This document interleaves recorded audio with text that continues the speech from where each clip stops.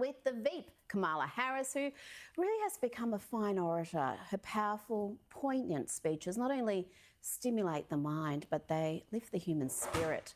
Whether she's explaining the Russian invasion of Ukraine, Venn diagrams, or her love of school buses, Kamala always brings intellectual heft to her speeches.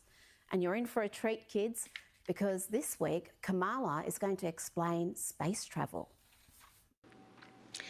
Bob and Doug returned to the Kennedy Space Center. They suited up. They waved to their families. They waved to their families. Bob and Doug returned to the Kennedy Space Center. They suited up. Center. They suited up. They waved to their families, and they rode an elevator up nearly 20 stories. They strapped in to their seats and waited as the tanks beneath them filled with tens of thousands of gallons of fuel. And then they launched. Yeah, they launched. Yeah, they did. They launched. Yeah, they did. Yeah, they launched.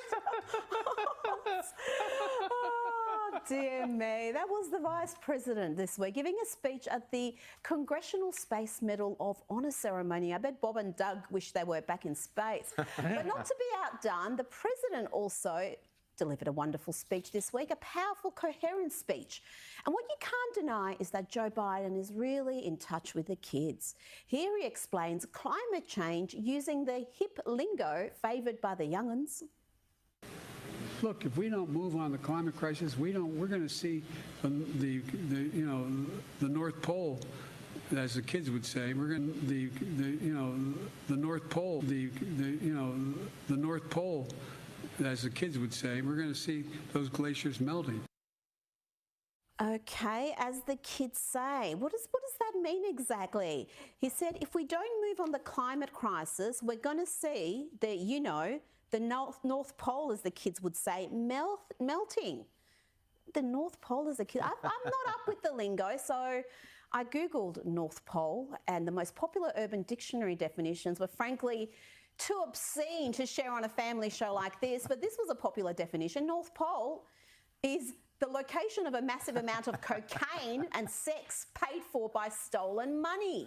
So if we don't move on the climate crisis, we're going to see a massive amount of cocaine and sex paid for by stolen money melt. I hope that clears things up.